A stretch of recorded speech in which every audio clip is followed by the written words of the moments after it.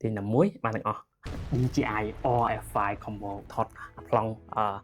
tiếp tiếp nhưng mà chưa lên nâng làm đòn trong click không ổn anh ấy trên thực tế lôiอย่างงี้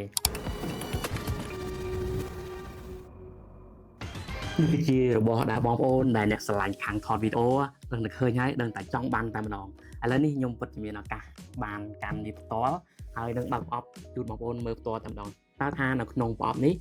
ប្រភេទពួក combo នេះមានជាប់អ្វីមកខ្លះឥឡូវ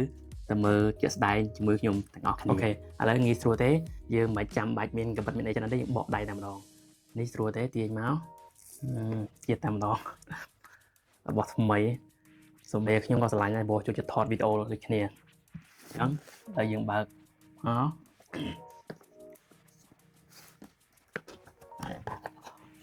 វ៉ាវបងប្អូនឥឡូវយើងចូលមក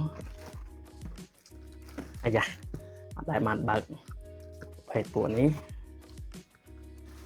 ការរចនាវាប្រអប់នេះដូចនឹងប្រភេទពួក OF4 ដែរអត់ឃើញអញ្ចឹងនេះវ៉ាវក្លិនឈ្ងុយរបស់គេហ្មងអូនេះគឺជាកន្លែងលេងថ្មីបងប្អូននេះជារូបរាងវាស្អាតមែនតើឥឡូវយើងមើលដងមួយទៀតអញ្ចឹងពួកវាគឺខ្ញុំបានមើលក្នុងអ៊ីនធឺណិតខ្លះហើយគឺវាមានមុខងារដូចជាដៃប្រភេទដៃនេះគឺយើងអាចជាម៉ោងអូលយមកឲ្យឃើញបានគឺមានការ joystick យើងវិលថតលើនឹងមកយើងថតប្លង់ទៀតយើងបញ្ជាលើនឹងតែម្ដងអានេះគឺជាចំណុច update របស់ប្រភេទ DJI OF5 អានេះគឺជាថ្មថ្មវាគឺធំមែនទែនគឺតាម DJI គាត់និយាយថាគឺលើសមុនមានន័យថាវាកាន់ថ្មជាងមុនប្រមាណ%តែមើលខ្ញុំធ្វើវីដេអូមួយទៀតគឺខ្ញុំ review ម្ដងតែវីដេអូនេះគឺសម្រាប់ unboxing ទេអញ្ចឹងយើងបានថ្មក្នុងនោះមានថ្មហើយជាមួយទៅនឹងគេហៅ mini tripod អានេះក៏ពិសេសដែរយើងមើលក្នុង YouTube មើលទាញមកទាញតែមួយបានទាំងអស់បើយើងមុននេះទាញម្ដងមួយនេះទាញមួយមកបានទាំងអស់ពិតជាបកាយ design ចឹងបងប្អូនឥឡូវយើងបានហើយរបស់សំខាន់អូខេចូលកន្លែងវិញហើយដូចជាអស់ហើយចំណុចគឺមានដូចជាខ្សែផ្សេងមើលខ្ញុំដាក់រូបបង្ហាញដូចគ្នាទេចំភ្លេចបងប្អូនអានេះចំណុចតែឡូយ៉ាងគេនេះគឺជាដុំ tracking AI អញ្ចឹងសម័យ AI គេប្រើដុំនេះដើម្បី track អញ្ចឹងអានេះគឺជាការ update មួយដ៏ធំរបស់ DJI OF5 អាហ្នឹងយើងតើឆក់ហើយមើលក្នុងនេះគឺឆក់វ៉ាវ